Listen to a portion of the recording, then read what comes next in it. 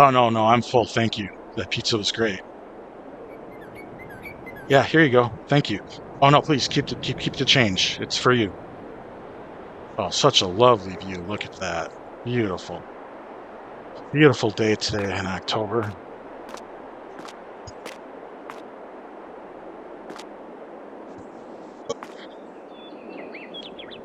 Hello. I'm Jack Potter. Yeah, I just drove into town from the airport where I rented the car. I'm here to meet with a realtor to see about purchasing a farmstead. It's a little rundown, I'm told, but with the right work, it could be great.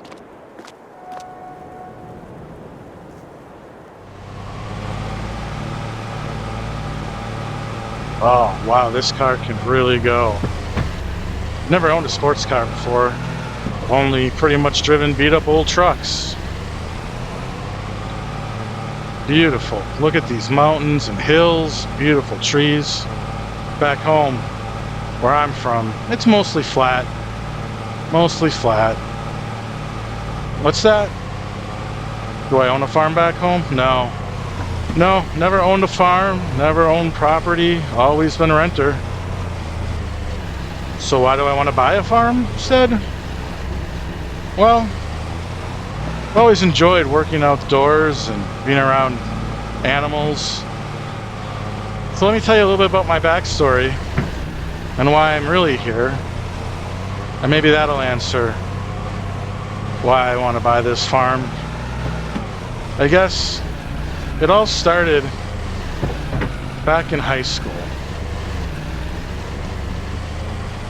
See, shortly after I got this truck and my driver's license, I realized everything costs money.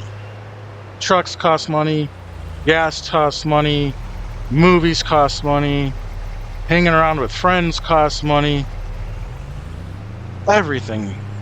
So I realized I needed to get myself a job so I could have some money. But I didn't see myself as a grocery store clerk or, someone at a fast food restaurant flipping burgers. So I wasn't sure what to do. When I was talking to my best friend, he mentioned that his grandpa was looking to hire some help on his farm for the summer and that he put a good word in for me. So I decided to drive up by the farm and see about this job.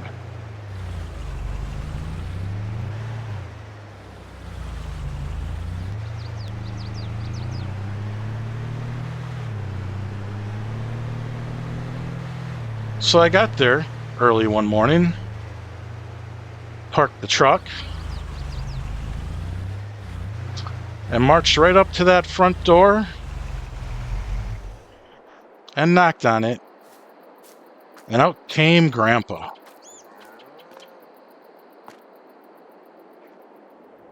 We introduced each other. I told him I was interested. So Grandpa showed me around the farm, told me about some of the stuff I'd be doing. Now, I thought I'd be out plowing fields and harvesting and driving combines, but no, it was nothing like that. He didn't want me anywhere near any of that expensive equipment. What he wanted me to do was to care for the cows and care for the sheep.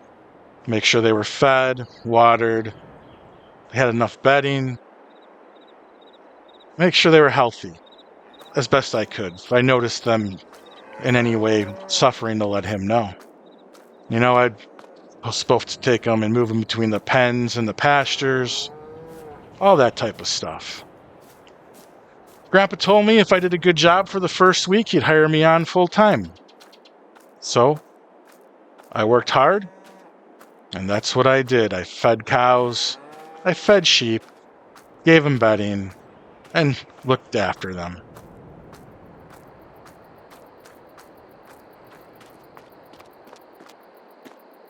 Grandpa had all sorts of equipment up here in his sheds.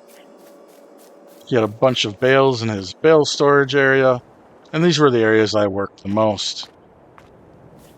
I got to drive telehandler, and I got to drive the small tractor quite a bit. I think that was some of the highlights.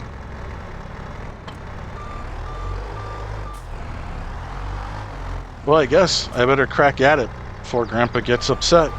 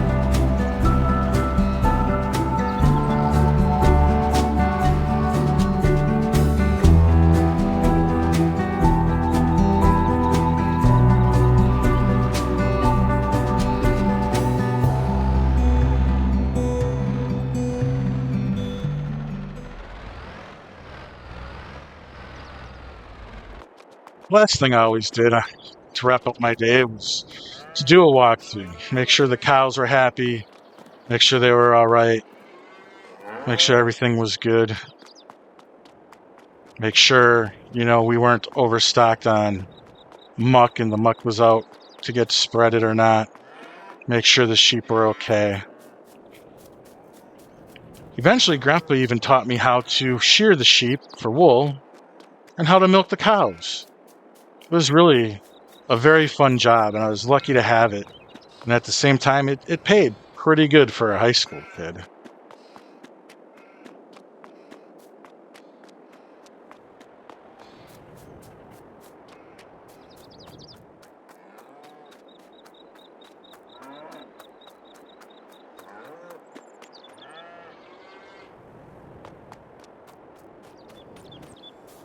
Well, high school ended. My friends went off to college. I enrolled in tech school and needed myself another job. So I began working with a local landscaper, clearing pastures, grading, rough grading, planting seeds for grass, hardscape, planting trees, flowers, digging holes. It was great. I loved working outdoors. It was hard work, but at the end of the day, you could see what you've accomplished. Well, one day, the owner asked me if I could do him a bit of a favor. See, this couple he bought sod from quite a bit. Well, they're having twins, and the pregnancy was very hard. And the wife was stuck to bed rest. And lo and behold, the husband couldn't keep up with all the work and they needed someone. So he asked me if I could fill in. And I said, sure. Every day, I'd show up, knock on the door, have a little breakfast with them, talk things over, and he'd come and show me the fields that he wanted taken care of for that day. Hay, silage, fertilizing, cutting them up for sod, plowing them and reseeding. All depended on what the needs were and what contracts they needed to fill for local businesses, local farmers around town and around where we lived. So he'd show me the work, and then I'd walk over the fields, make sure they were pretty much clear of anything that could hurt the equipment, and I would go get to work. I'd usually start by warming up the mower and getting all the equipment out that would be needed just so, it was all ready to go for me. And I could crack on and get the job done in a very timely manner. Now this was a lawnmower. Holy cow. He had it customized, so not only was it a lawnmower, but it had a rear PTO, so you could hook balers and headers and whatever you wanted up behind it. He also had Massey, and he had a JCB Fast Track, and he had a JCB Pro Argo telehandler to help move the bales around. He had some pretty good kit for such a small little farm, but hey, there's money in grass. There's money in grass, he'd say.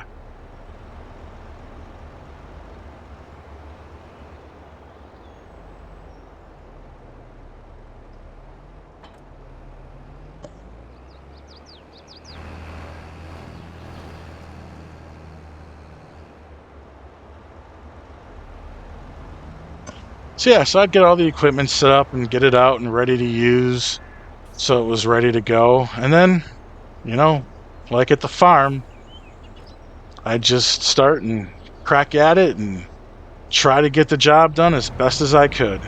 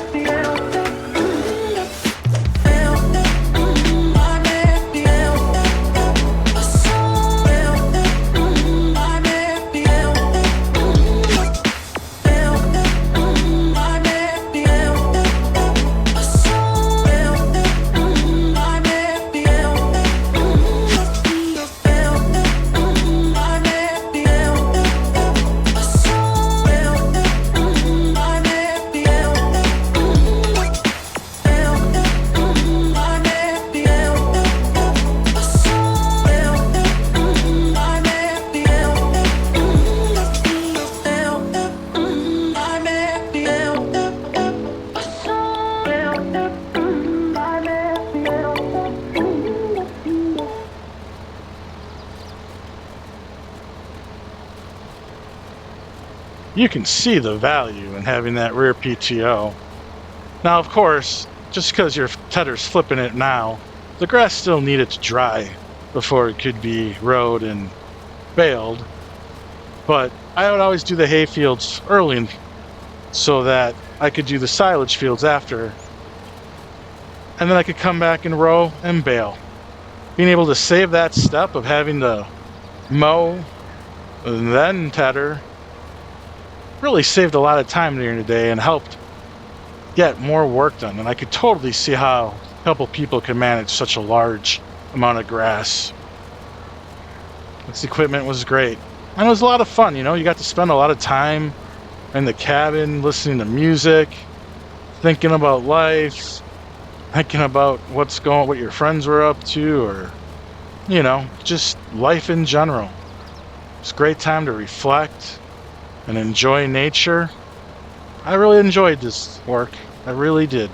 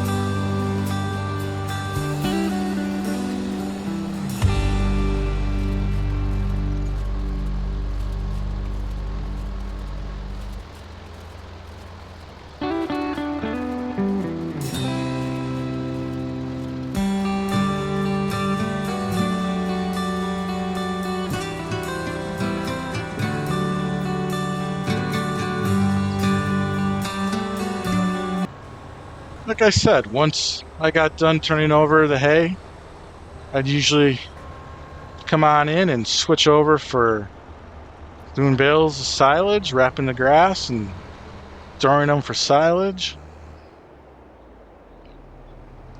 You know, it was a pretty quick turnaround. Just had to jump in the Massey and pull out the baler. And oh boy, let me tell you about this. This baler is magic. Like, I don't, never seen or heard anything like this. See, most balers, when it was ready to eject a bale, you gotta like slow down and you gotta stop and let the bale come out. Well, with this thing, you could just keep on going. Like, it would eject the bale and gather the grass at the same time, and then it would wrap it. It was just an unbelievable thing, which is why you could hook it up to this lawnmower and just continuously mow and continuously bale. And it saved a whole nother step because you didn't have to do a row. You didn't have to hook up to a tractor. I mean, it was just all about time saving on this farm. You know, they told me about this company and the work they did. It's just incredible. Super amazing. It saved so much time. I mean, look at that. Never needing to slow down.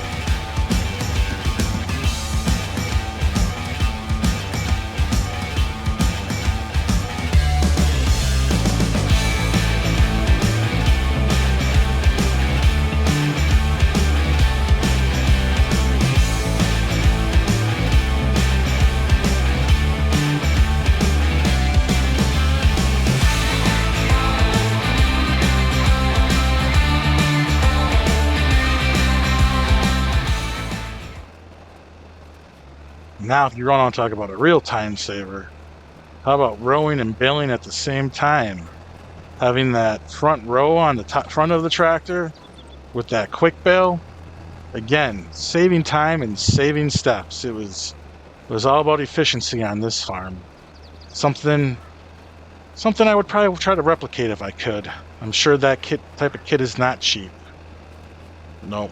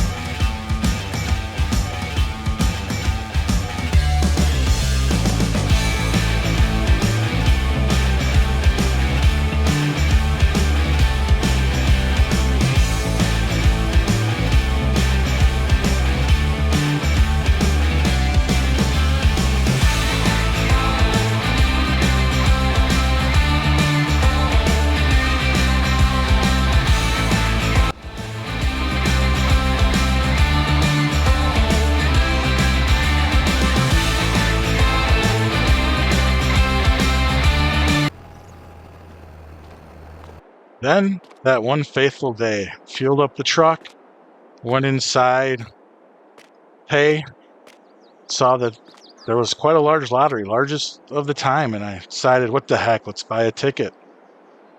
And guess what happened?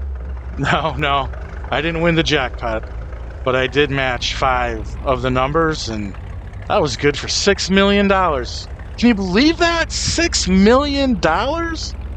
Man, I could barely rub 2 nickels together in my pocket most of my life, and here I am with $6 million. Wasn't sure what I was going to do with the rest of my life, but I decided to help that young farming couple with the grass and sod farm until those twins were born, and man, weren't they the cutest little things once they were delivered. Mama and babies were very healthy, and Daddy, he was ecstatic. So yeah. So that's my story. And that's why I'm buying a farm. Now, I looked at a few back home, and they just weren't the ones. Hopefully this will be it. Oh, yeah, this looks like we're there. Starting to look like the pictures. Oh man, I'm nervous. I hope this is the one. I hope it's not too run down. From what they've been telling me, it's pretty bad. Oh, and I see the realtor's car. The realtor's already here, ready to meet me. Well, I'll just pull on over and park on up and try to keep an open mind. Man, I'm excited. Well, wish me luck, and I'll see you on the other side.